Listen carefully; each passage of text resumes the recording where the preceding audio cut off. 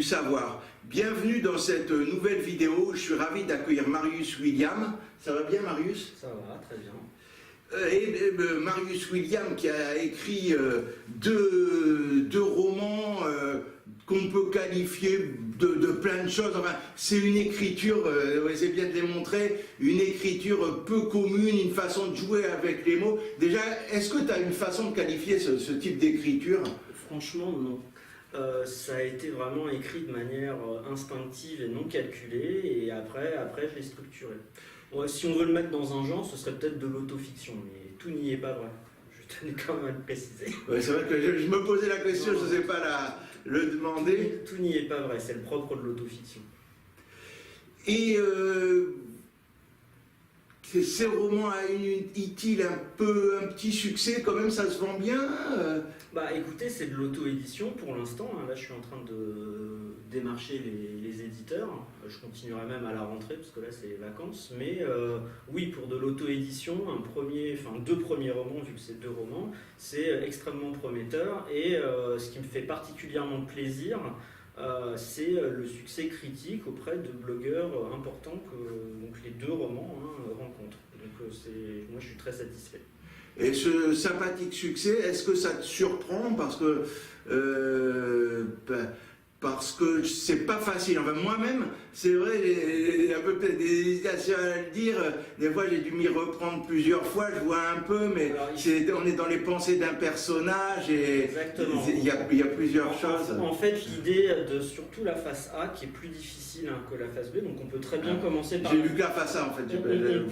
On peut commencer par la face B, c'est parfaitement possible, parce que les deux en fait s'auto-alimentent, donc il y a des choses de la face A qu'on ne comprend qu'après avoir lu la face B, et inversement. Donc en fait, c'est un livre qui peut être lu finalement dans les 2 sens. J'ai presque fini la face A. Ou même ne lire que l'un des deux. C'est des romans à chaque fois à part entière. Donc oui, la face A, c'est vraiment une plongée dans un esprit humain, un esprit peut-être un peu malade, en tout cas de quelqu'un qui n'est pas très bien dans sa peau, et le livre fonctionne beaucoup par association d'idées, c'est-à-dire je pense à une personne, ça me fait penser à une chanson, ça me fait penser à une autre personne, ça me ramène à un souvenir familial. Le livre est construit comme ça, et oui, j'ai été surpris parce que j'avais fait appel à une relectrice avant de le sortir, c'était en hiver, enfin vers le mois de novembre-décembre, je ne sais plus très bien, qui m'avait dit il faut restructurer le roman par personnage, etc. etc. Et non, c'est précisément ce que je ne veux pas faire. Ce que je veux, c'est un petit peu, c'est pour ça que le livre met certaines personnes mal à l'aise, parce qu'on plonge vraiment dans un esprit humain, qui est effectivement, dans la face A surtout, pas très bien dans sa peau. Et donc oui, ce qui m'a, pas surpris, parce que moi j'ai toujours cru à ce que j'ai voulu faire justement, mais compte tenu du premier retour que j'avais eu de cette personne, de voir que certains lecteurs, lectrices en l'occurrence, parce que j'ai beaucoup de lectrices, ce qui n'est même pas un choix de ma part, mais ont tout à fait compris ce que je voulais faire, et justement ce mélange des différents personnages, des différentes périodes. Donc je ne suis pas surpris, mais je suis conforté, on va dire, dans ma démarche artistique d'avoir fait précisément ce choix. Alors, dans ce roman, il y a un côté cru, un côté trash. Faut aimer, de toute façon, c'est à ne pas mettre entre toutes les mains, vaut mieux le dire.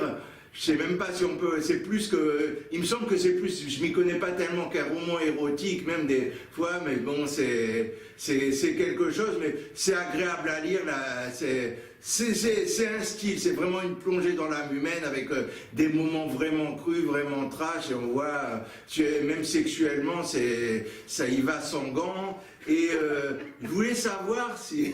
Oui, tout à fait. Et sortez couvert quand même. Oui, tout à fait. En plus, il y a toujours les préservatifs, maintenant on a les masques. Et je voulais juste savoir si ce roman, avec cette plongée dans l'âme humaine qui est parfois dure, parfois on voit les côtés du personnage qui a une certaine jouissance avec certaines pratiques où se défoule dans certaines choses. Est-ce que ça a été un peu un défouloir pour toi ? Aussi une façon de... Alors, je tenais quand même à rappeler que la partie peut-être à laquelle tu fais référence, elle est pleinement inventée. C'est dur de le rappeler. La partie avec Paulina, en l'occurrence, pour ne pas la citer. Oui, c'est un défouloir. Oui, cette partie-là, en l'occurrence, enfin, une des interprétations de cette partie, c'est un défouloir. Parce qu'en fait, cette partie-là, elle est fictionnalisée. On s'en rend compte avec la rentrée des classes qui serait le 16 août. Il y a plein d'éléments qui nous montrent que on n'est pas là dans la réalité. Mais d'une manière générale, ce roman, pour moi, je dirais pas que c'est un défouloir, parce que je cherche à régler mes comptes avec absolument personne, hein, c'est absolument pas le but, hein, même si c'est inspiré de plein de personnes que je connais ou que j'ai connues. Mais oui, ça a été écrit dans une période, effectivement, où je n'étais pas bien, et ce roman, enfin ces deux romans en l'occurrence, m'ont permis effectivement d'aller mieux. Mais il n'y a pas l'idée de se défouler. Je ne règle pas mes comptes dans ces deux romans, c'est très important de le dire. Et justement, alors si c'est pas vraiment un défouloir, on voit qu'il y a une certaine, à travers tout ça, peut-être une certaine dénonciation et de certaines choses de notre société, notamment ce qui est très bien vu, je trouve, les réseaux sociaux. Et qu'est-ce que tu penses de cette société? Est-ce que tu penses que, notamment, les réseaux sociaux, la culture un peu, la culture populaire, et la culture en général, est-ce que tu penses que dans l'ensemble, on voit bien que tu penses qu'il y a à la fois du positif et du négatif, et est-ce que tu penses que c'est plutôt positif ou plutôt négatif, ou que ça s'équilibre bien? Alors, je pense qu'il y a plus de négatif que de positif. Je dirais que oui, mais il n'y a pas que du négatif. À vrai dire, c'est comme Internet. Sur Internet, on trouve le meilleur comme le pire. Je le montre dans la phase B pour parler du meilleur, qui est donc une grande conversation épistolaire avec une personne, et cette personne qui a eu un rôle extrêmement important dans ma vie, et puis qui l'a toujours d'ailleurs.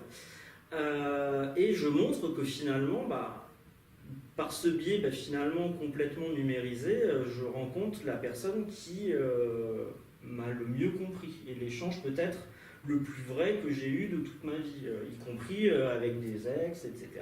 Et donc, voilà, ce qui veut dire qu'on peut très bien arriver à une vérité des échanges, même si bien évidemment une relation humaine n'est pas que épistolaire, voilà.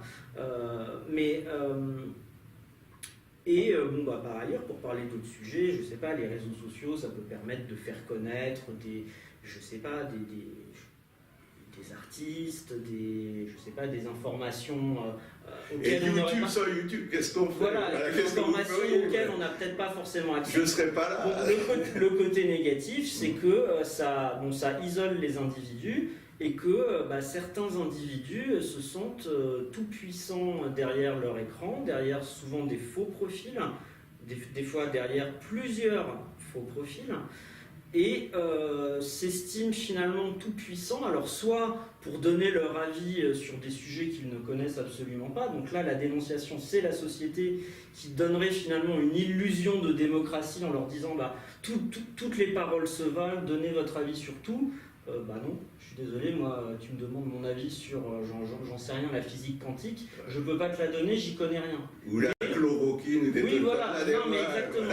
Tout le monde s'exprime et tout le monde a l'illusion d'avoir un rôle très important dans la société.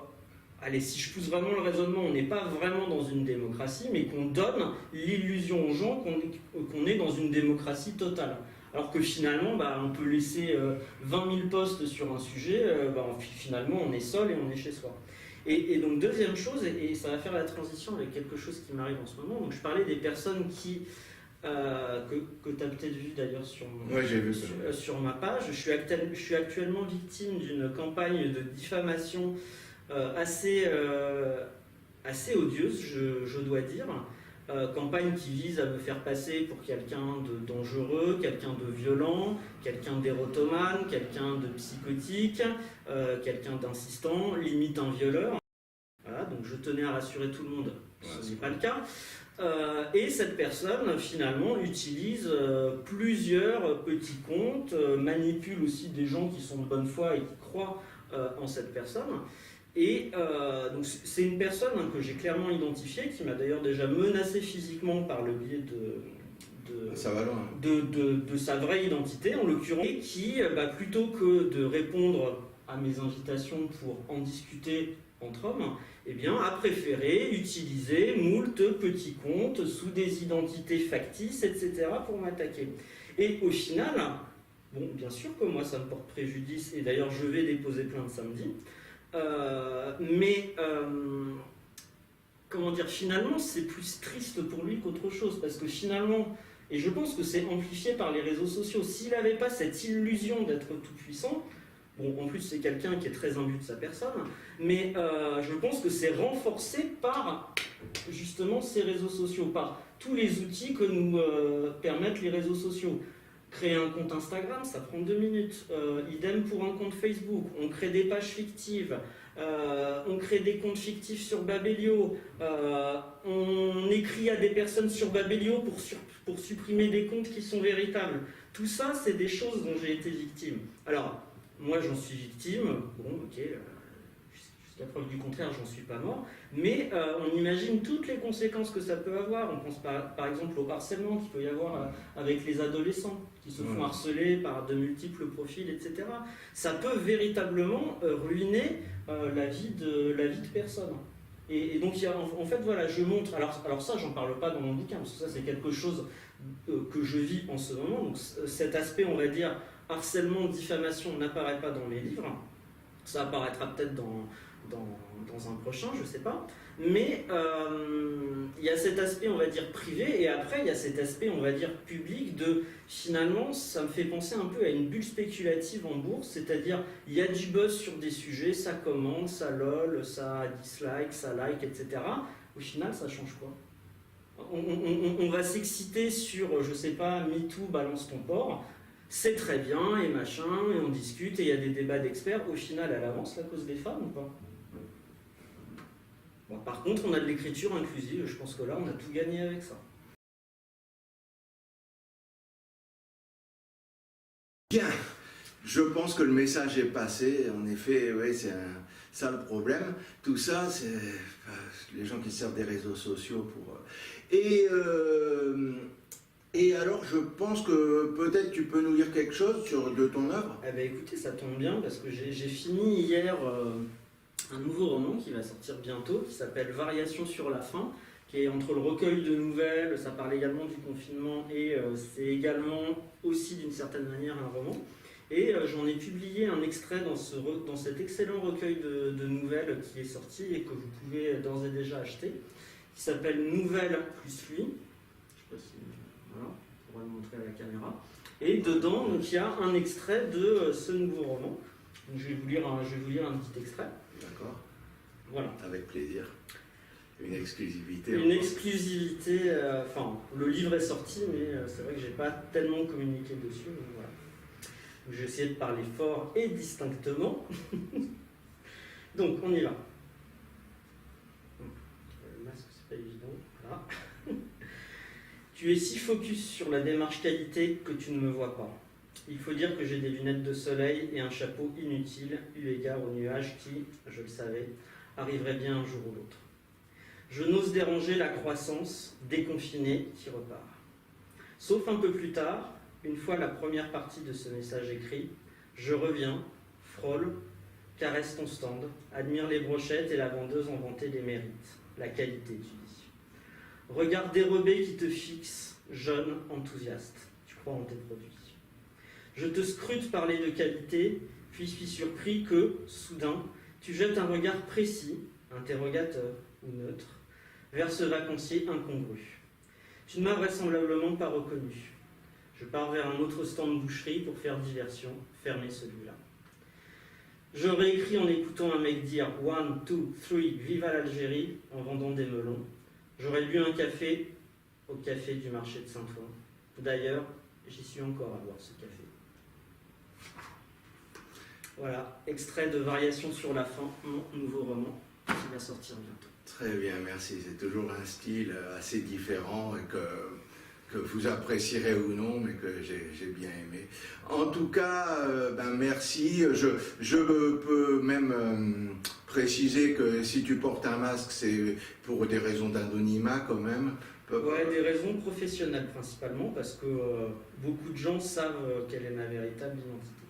C'est vraiment pour des raisons purement professionnelles. Très bien, c'est tout à fait compréhensible que ce soit comme certains ou certaines surtout qui sont venus, qui ont pu garder l'anonymat, des raisons personnelles ou professionnelles, ça se comprend. Et bien, autrement, pour finir, où on peut te trouver sur les réseaux sociaux? Alors, on peut me trouver sur Babelio déjà, où vous allez retrouver pas mal de critiques. Sur Booknode aussi, qui est un petit peu le même principe que Babelio. Bien évidemment, sur Facebook, avec mon nom, vous me trouverez facilement. Je rencontre beaucoup des auteurs. J'ai un profil et également une page. D'accord, vous pouvez me demander un ami, bien sûr. Attention, seulement si vous êtes un vrai profil, pas un profil fictif. Et également, bien évidemment, sur Instagram. Voilà. Ben voilà, je te remercie. Et Merci voilà. à toi. Avec grand plaisir, Marius. Et donc, quand c'est le nom et le prénom, c'est le même à peu près. Des fois, il y a de quoi un petit peu s'embrouiller. Bon, ben voilà, à part tout ça, j'espère que vous avez passé un bon moment et je vous remercie de votre fidélité, je remercie tous les abonnés. Bon, toujours, j'ai besoin, j'en suis à plus de la moitié des abonnements qu'il me faut pour être monétisé et puis pour encore faire de plus belles choses de la chaîne. En tout cas, c'est toujours des moments particuliers, très sympathiques que je passe à faire ces vidéos avec vous. Merci à tous et à bientôt pour une prochaine vidéo. Allez, au revoir. Au revoir, j'ai également une chaîne YouTube, n'oubliez pas, abonnez-vous aussi. Et abonnez-vous à cet excellent YouTuber. Merci, ça fait trop plaisir. À bientôt. À bientôt.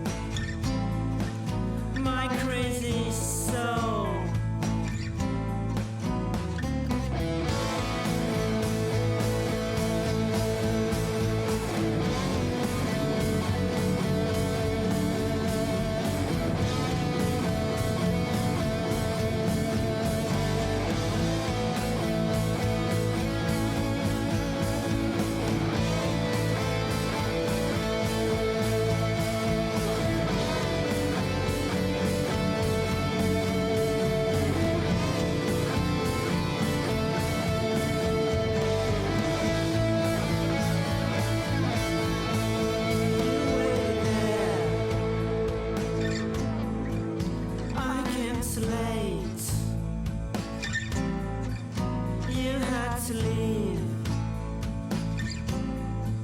Life isn't fair. Maybe I'm fooled. You are so cruel.